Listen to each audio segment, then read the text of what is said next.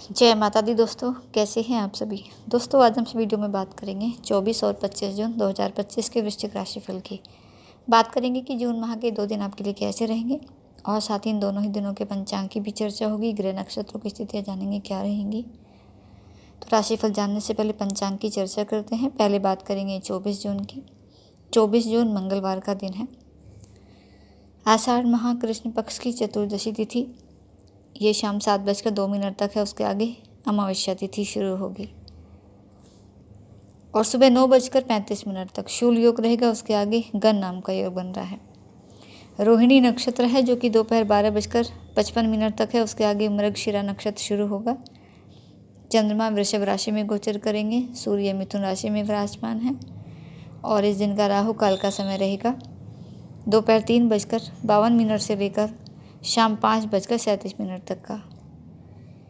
25 जून की चर्चा करेंगे। 25 जून बुधवार का दिन है। आषाढ़ माह की अमावस्या तिथि है इस दिन और अमावस्या तिथि ये शाम 4:04 तक है। उसके आगे प्रतिपदा तिथि शुरू होगी। सुबह 6 बजे तक गण योग रहेगा। उसके आगे वृद्धि नाम का योग बन रहा है और सुबह 10:41 तक मृगशिरा नक्षत्र है। उसके आगे आर्द्रा नक्षत्र शुरू होगा। चंद्रमा यहाँ मिथुन राशि में गोचर करेंगे। सूर्य भी यहाँ मिथुन राशि में ही विराजमान है तो चंद्र सूर्य की युति होगी। इस दिन का राहु काल का समय रहेगा दोपहर 12:23 से लेकर 2:08 तक का। तो कोई भी शुभ कार्य करें, नया निवेश करें या फिर नए काम की शुरुआत करें तो राहु काल में करने से बचना चाहिए, क्योंकि राहु काल में किया गया कोई भी कार्य सफलता नहीं होता। तो ये थी 2 दिनों की ग्रह नक्षत्रों की स्थितियाँ। और अब बात करें राशिफल की तो जानते हैं कि कैसे रहेंगे 2 दिन आपके लिए। इन 2 दिनों में जो चंद्रमा की स्थिति है अलग अलग रहेगी। 24 जून को चंद्रमा वृषभ राशि में गोचर करेंगे। 25 जून को मिथुन राशि में चले जाएंगे। तो सप्तम भाव से अष्टम भाव में चंद्रमा का यहाँ गोचर होगा और सूर्य भी यहाँ अष्टम भाव में ही विराजमान रहेंगे। तो इसलिए पहले 24 जून की चर्चा करते हैं। 24 जून का दिन आपके लिए बहुत ही शानदार, बहुत ही शुभ रहेगा, क्योंकि इस समय संबंधों के, रिश्तों के घर में, पति पत्नी और प्रेम संबंधों के घर में यहाँ चंद्रमा विराजमान है, जो कि आपके व्यापार में पार्टनरशिप और दोस्तों के साथ आपके व्यवहार को भी दर्शाता है। तो बहुत ही शुभ रहेगा ये दिन आपके लिए। आपको अपने जीवन साथी से भरपूर सहयोग और प्रेम मिलेगा। एक दूसरे पर विश्वास बढ़ेगा आपका और संतान प्राप्ति के भी समय प्रबल योग बनेंगे। पुराने दोस्तों से भी मुलाकात होने का अवसर मिलेगा आपको, जिससे मिलकर आपको खुशी मिलेगी, मन भाव का प्रसन्न रहेगा, कुछ पुरानी यादें ताज़ा होंगी और प्रेम संबंधों के लिए भी उत्तम समय रहेगा। अपने मन की बात कह पाओगे इस समय। संबंध पहले से बेहतर होते दिखाई देंगे आपके और अपने साथी के साथ यादगार समय व्यतीत करोगे आप। और समाज में भी आपको मान प्रतिष्ठा की प्राप्ति होगी। इस समय पार्टनरशिप में बिजनेस कर रहे लोगों के लिए बहुत अच्छा समय है। अच्छा लाभ कमाएंगे आप। निवेश करना भी फायदेमंद रहेगा आपके लिए, लेकिन फिर भी अनुभवी लोगों से सलाह लेकर ही निवेश करें। पहले लाभ हानि का भी विचार कर लें और पूरी जांच पड़ताल कर लें। नौकरी पेशा लोगों के लिए समय अनुकूल है। अपने वरिष्ठों का सहयोग मिलेगा, सभी कर्मियों से पूरा सहयोग आपको मिलेगा। उनके साथ संबंध आपके अच्छे रहेंगे और अपने सभी कार्यों को तय समय पर पूरा कर पाओगे। उन्नति के अवसर बढ़ेंगे आपके लिए। कार्य क्षेत्र में आपको अपने अधिकारियों का सहयोग भी मिलेगा, साथ ही आपको प्रशंसा मिलेगी, सराहना मिलेगी। और इस समय आपकी मेहनत और लगन से किए गए कार्य को देखकर आपके वरिष्ठ आपको आगे बढ़ने के लिए और प्रेरित करेंगे। यदि वर्तमान समय में कोई भी कोर्ट कचहरी का मामला आपका चल रहा है तो उसका भी फैसला इस समय आपके पक्ष में आने की पूरी उम्मीद है। यहाँ आपको मानसिक तनाव से भी मुक्ति रहेगी, मन में प्रसन्नता रहेगी और निर्णय लेने की क्षमता भी बढ़ेगी आपके, जिससे हर निर्णय बहुत ही सोच समझ कर ले पाओगे आप। हो सकता है आपको घर बैठे बैठे ही कोई फ़ायदा हो जाए, कोई काम आपका बन जाए, कोई अच्छा ऑफ़र मिल जाए आपको। विवाह योग्य हैं तो अच्छा रिश्ता आ सकता है, आपका विवाह तय हो सकता है।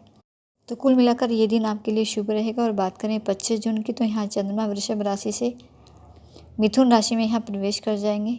तो आपके अष्टम भाव में चंद्रमा गोचर करेंगे और 8वें घर से जीवन में अचानक से होने वाली घटनाओं को देखा जाता है। तो इसलिए ये समय आपके लिए थोड़ा सावधानी से और संभल कर चलने का रहेगा। हो सकता है अचानक से कोई बड़ा धन लाभ आपको हो जाए, कहीं से रुका हुआ फंसा हुआ पैसा मिल जाए आपको, लेकिन साथ ही अचानक से फिजूल खर्चों में भी वृद्धि हो सकती है।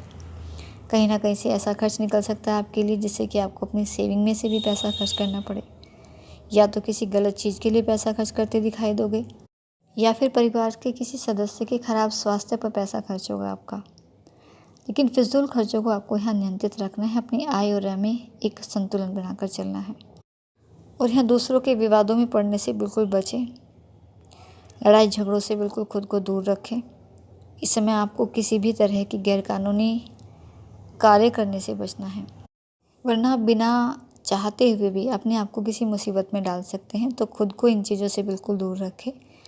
आत्मविश्वास में कमी महसूस करेंगे, खुद की मेहनत पर भरोसा नहीं कर पाएंगे, और जिसके चलते आप कुछ अच्छे अवसर भी गंवा सकते हैं। लेकिन आपको ऐसा बिल्कुल भी नहीं करना है। खुद पर, अपनी मेहनत पर भरोसा करें और अपने जीवन को एक बेहतर दिशा की ओर आगे बढ़ाएं।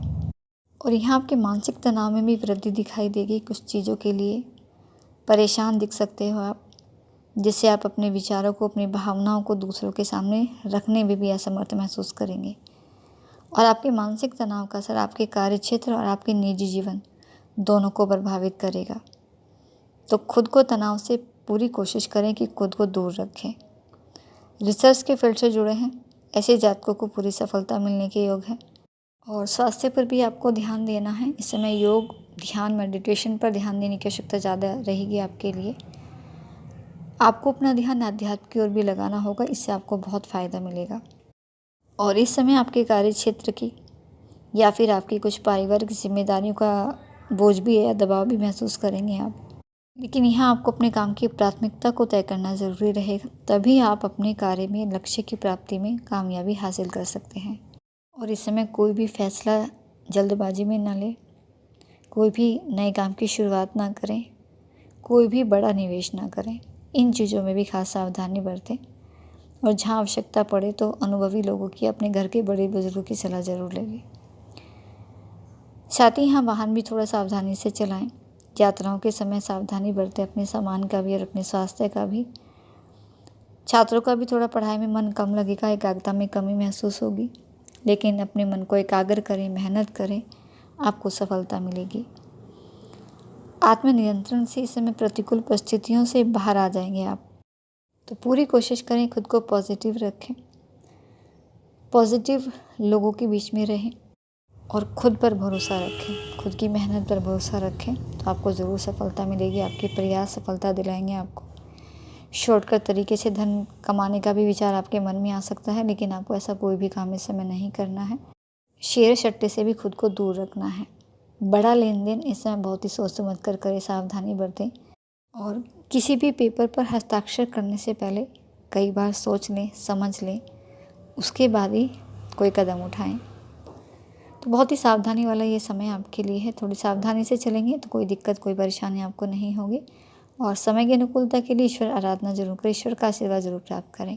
हनुमान जी की आराधना, हनुमान चालीसा का पाठ ये आप नियमित रूप से किया करें। साथ ही भगवान सूर्य देव को नियमित रूप से तांबे के लोटे से अर्घ्य भी जरूर अर्पित करें, तो वो शुभता रहेगी। तो दोस्तों, यदि कुछ जानकारी आपके लिए वीडियो अच्छा लगे तो वीडियो को लाइक करें, और चैनल पर अगर नए आए हैं तो चैनल को ज़रूर सब्सक्राइब कर लें। माता रानी आपका दिन शुभ रखे, इसी मंगल कामना के साथ। जय माता दी।